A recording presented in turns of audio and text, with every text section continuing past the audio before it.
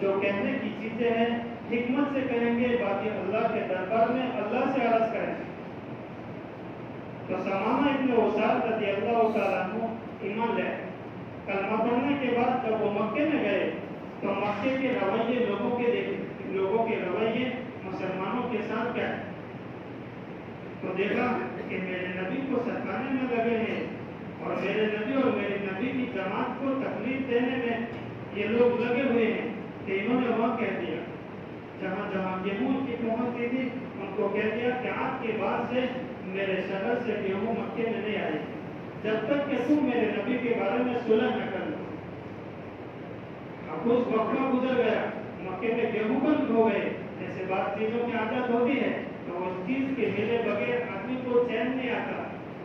چاہے کتنی ہی بری چیز ہو، عادت پڑ گئی، بدن عادی ہو گیا۔ تو گیہوں کی عادت پڑ گئی تھی، بعض لوگوں کو کفار مکہ گیہوں بہت کھاتے تھے کیونکہ مالداری بہت تھی، مسلمان غریب تھے اکثر مکہ زندگی میں۔ تو مکہ المکرمہ کے سرداروں نے خط لکھا حضور کو، اور خط میں یہ ساری باتیں بیان ثمامہ ابن اسال کی کہ ان کی طرف سے ہمارے یہاں گیہوں آتے تھے اور تجارت کے لین دین سے ایسے مفت میں نہیں، لین دین کی تاجر آدمی تھے بڑے، اور آپ تو بڑے رحم دل آدمی ہیں، آپ تو رحم کا سبق سکھاتے ہیں اور آپ کی رحم کا ایک دروازہ بند ہو گیا، اگرچہ ہم آپ کے دشمن ہیں لیکن آپ کا رحم تو عام ہے، ہم نے آپ کے بچپنے سے آج تک آپ کی رحم کی باتیں سنی ہیں۔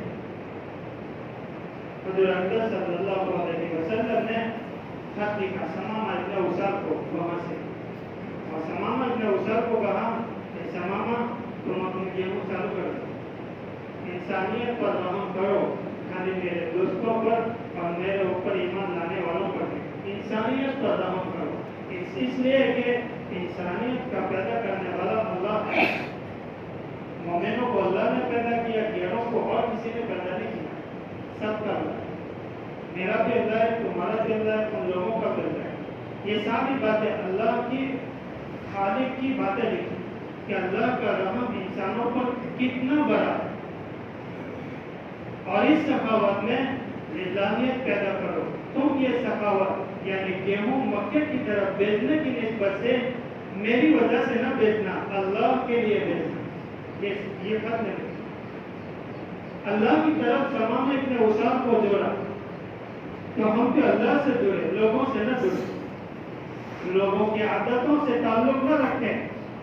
انسانوں سے تعلق رکھیں، اور انسان کو اللہ کے سامنے کانٹیکٹ رکھے، یعنی انسان اللہ کا بنایا ہوا، اس لیے قرآن میں اللہ تعالیٰ نے انسان کی تخلیق کی تعریف بار بار کی ہے، جو سورہ ہم 12 پڑھتے سنتوں میں، والتین والزیتون نے انسان کی تعریف کی،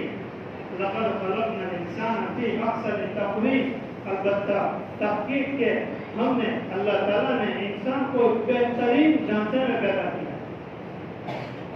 ایسی صورت کوئی اور بنا نہیں سکتا، اور ایسی صورت میں ایسی مشینری فٹ کی ہے کہ دنیا کے کارخانے عاجز ہے بنانے سے، ایک ایک چیز تھوڑی تھوڑی یعنی تھوڑی قریب جگہوں کے بعد ایسی مشینری،